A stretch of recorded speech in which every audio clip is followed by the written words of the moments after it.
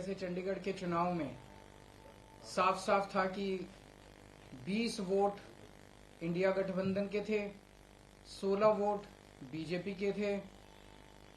20 में से 8 वोट किस तरह से इंडिया गठबंधन के वोट गलत तरीके से इनवैलिड डिक्लेयर कर दिए गए और इंडिया गठबंधन के कैंडिडेट कुलदीप कुमार को हारा हुआ डिक्लेयर कर दिया गया, बीजेपी के कैंडिडेट को जीता हुआ डिक्लेयर कर दिया गया। मामला जब सुप्रीम कोर्ट में गया तो सुप्रीम कोर्ट ने बहुत जल्दी जल्दी सुनवाई करके और आज जो पूरा जो प्रोसेस भी था, किस तरह से माननीय सुप्रीम कोर्ट ने सारे बैलेट पेपर मंगाए अपने पास, बैलेट पेपर खुद देखे और आज रिजल्ट डिक्लेयर कर दिया। ये मुझे लगता है कि भारतीय इतिहास के अंदर शायद पहली बार हुआ है।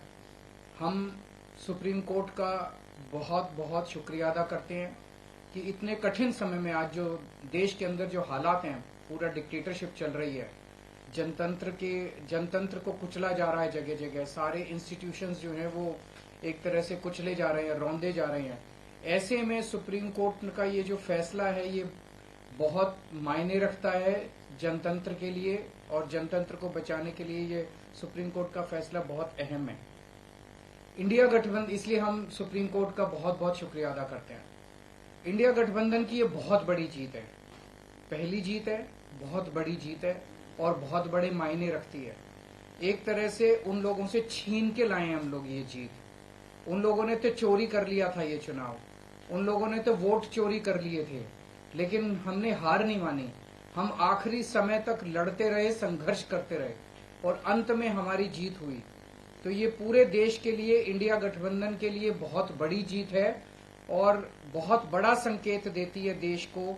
जो लोग कहते हैं कि बीजेपी को हराया नहीं जा सकता, बीजेपी को हराया जा सकता है, एकता से हराया जा सकता है, अच्छी प्लानिंग और स्ट्रेटेजी से हराया जा सकता है और मेहनत से हराया जा सकता है। ये इस चुनाव के नतीजों ने साबित कर दिया। तो मैं इंडिया गठबंधन के सभी पार्टनर्स को बहुत बहुत इसके लिए बधाई देता हूं। चंडीगढ़ के लोगों को बधाई देता हूं, जिनको चंडीगढ़ के लोगों की एक तरह से जीत हुई। चंडीगढ़ के लोगों ने तो नतीजा यही दिया था कि भाई इंडिया गठबंधन का कैंडिडेट मेयर बनना चाहिए, लेकिन उन्होंने चोरी कर लिया चुनाव। तो एक तरह से जनता की हार हो गई थी, लेकिन अब जनता की जीत हुई है और पूरे देश की जीत हुई है। पूरे देश ने देखा कि किस तरह से बीजेपी ने यह चुनाव चोरी किया। इस चुनाव में 36 वोट थे टोटल, बीजेपी के, कांग्रेस के, आम आदमी पार्टी के, अकाली दल के 35 काउंसलर और 1 मेंबर ऑफ पार्लियामेंट, 36 वोट थे। उन 36 वोट्स की काउंटिंग में बीजेपी वालों ने 8 वोट चोरी कर लिए, 25% वोट चोरी कर लिए 36 के अंदर। सोचो, अभी कुछ दिन के बाद देश का बड़ा चुनाव होने वाला है, उसमें 90 करोड़ वोट हैं। अगर ये 36 वोट में से 25% वोट चोरी कर सकते हैं, 90 करोड़ वोटों में ये कितने वोटों की चोरी करेंगे, सोच के भी रूह कांप उठती है, रोंगटे खड़े हो जाते हैं। सुनते तो थे कि बीजेपी वाले गड़बड़ करते हैं, सुनते तो थे कि बीजेपी वाले बदमाशी करते हैं, वोटों की चोरी करते हैं, पर कभी कभी मन कर सबूत नहीं था, निकल के नहीं आता था। आज कैमरे के सामने सबूत आ गए, रंगे हाथों पकड़े गए हैं बीजेपी वाले कि ये तो कहते हैं ना, जब पाप का घड़ा भर जाता है तो फिर ऊपर वाला अपनी झाड़ू चलाता है। गीता में भी लिखा है, जब यदा यदा ही धर्मस्य ग्लानिर्भवति भारत। इसमें ऐसा नहीं कि कोई भगवान वो लेते हैं, अवतार लेते हैं, भगवान अपने तरीके से इस तरह से करते हैं। इनकी किस्मत खराब थी कि चंडीगढ़ के चुनाव के वक्त सीसीटीवी कैमरे लगे हुए थे और सीसीटीवी कैमरों के अंदर इनका सारा का सारा रंगे हाथों ये लोग पकड़े गए, सारा इनका कुकर्म पकड़ा गया।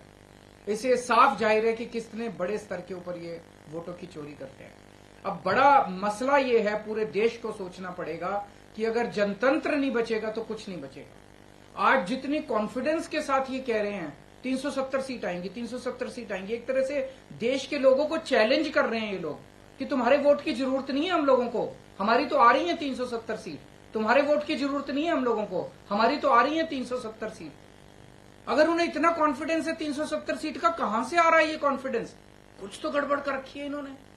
और जिस देश, अगर किसी देश के अंदर चुनाव के पहले पार्टियां साफ साफ कहना चालू कर दे हमें वोट की जरूरत नहीं है, हमें लोगों की जरूरत नहीं है, उस देश के अंदर फिर जनतंत्र बहुत बड़ा खतरे में है। पूरे देश को मिलके 140 करोड़ लोगों को मिलके जनतंत्र को बचाना पड़ेगा। इससे ये भी साफ है, ये लोग चुनाव जीतते नहीं है, ये लोग चुनाव चोरी करते हैं। आज ये पूरे प्रकरण ने, चंडीगढ़ के पूरे चुनाव ने इन लोगों को बेनकाब करके पूरे देश के अंदर बेनकाब कर दिया इन लोगों ने। दूध का दूध और पानी का पानी हो गया। मैं फिर से एक बार इंडिया गठबंधन को बहुत बहुत बधाई देता हूं और माननीय सुप्रीम कोर्ट को बहुत बहुत शुक्रिया अदा करता हूं। अगर एक दो क्वेश्चन आपके हैं वो भी एक बड़ी चीज है कि इनका पूरा षड्यंत्र क्या था, कि षड्यंत्र था कि हमारे अब पार्षदों को तोड़ेंगे।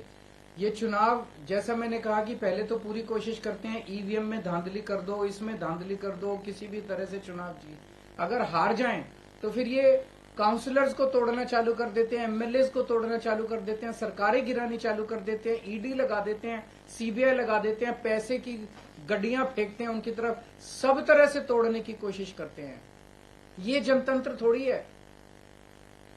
आपने लिखा है कि कैसे अगर आम आदमी पार्टी कांग्रेस मिल जाए तो बीजेपी को हरा सकते हैं। मैंने अभी यही बोला, पंजाब में भी आप इस पर ये मैंने बोला कि किस तरह से अगर हम सारे लोग इकट्ठे हो जाएं। इंडिया गठबंधन के इस चुनाव ने एक बहुत बड़ा मैसेज दिया है। जो लोग कहते हैं कि बीजेपी को हराया नहीं जा सकता, बीजेपी को हराया जा सकता है अगर हम संगठित हो जाएं, एक हो जाएं, स्ट्रैटेजी से काम करें और मेहनत करें, हम बीजेपी को हरा सकते हैं। हमने ये चुनाव में हरा के दिखाया है। हमने वो स्ट्रैटेजी, जीतने की स्ट्रैटेजी है, आप उसमें चिंता मत करो, उसमें जीतेंगे। अभी कई सारे राउंड्स ऑफ डिस्कशन हो चुके हैं और काफी अंतिम स्टेज पे बाकी चीजें पहुंच चुकी है। बहुत जल्दी अनाउंस होगा उनके साथ गठबंधन। बाकी सारी चीजों पे बात हो रही है, बाकी सारे स्टेट्स में बात हो रही है और कई सारे राउंड्स ऑफ डिस्कशन हो गए हैं। काफी अच्छी बातचीत चल रही है और काफी एडवांस स्टेज पे है। बहुत से आपके साथी हैं जो इंडिया अलायंस की बस में खड़े तो थे लेकिन धीरे धीरे उतरने की कोशिश कर रहे हैं। सबका अपना अपना वो है। मैं आज आपको लगता है कि उनको देखते आज के जो रिजल्ट उनको उम्मीद जगी होगी वो वापस आ सकते हैं। जो लोग देश को बचाना चाहते हैं उन सब लोगों का इंडिया गठबंधन में स्वागत है। सर, आपको लग रहा है लार्ज स्केल रिगिंग भी लोकसभा के समय ये अपोजिशन को, इंडिया ब्लॉक को अब डर है, जिस तरह का पिछले कुछ दिनों में घटित हुई है चीजें? देखिए, ईवीएम को लेके बहुत प्रश्न उठते रहते हैं। जैसे मैंने बताया, इनकी मल्टीपल स्टेजेस हैं। पहले तो ये चुनाव में गड़बड़ करते हैं, तरह तरह की गड़बड़ी करते हैं। वोटर लिस्ट गड़बड़ कर देते हैं, ईवीएम के अंदर गड़बड़ी की बहुत सारी शिकायतें और बहुत सारे वो आए हैं, लेकिन उसके ऊपर कभी भी इन लोगों ने जनता का विश्वास जीतने के लिए ईवीएम के गड़बड़ी जो आरोप लगे उसको इन्होंने जनता का विश्वास स्ट्रेंथन नहीं किया।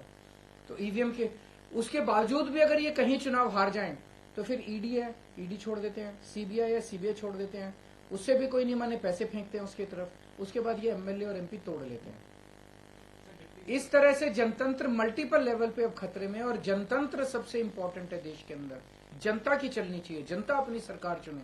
अगर जनता की नहीं चलेगी और एक किसी व्यक्ति को अगर ये अहंकार हो जाएगा कि हमारी तो 370 सीट आ रही है, जनता की तो जरूरत ही नहीं है, 140 करोड़ लोगों की मुझे क्या जरूरत है, मेरी तो 370 सीट आ रही है, तो उसके बाद जनता कहां जाएगी?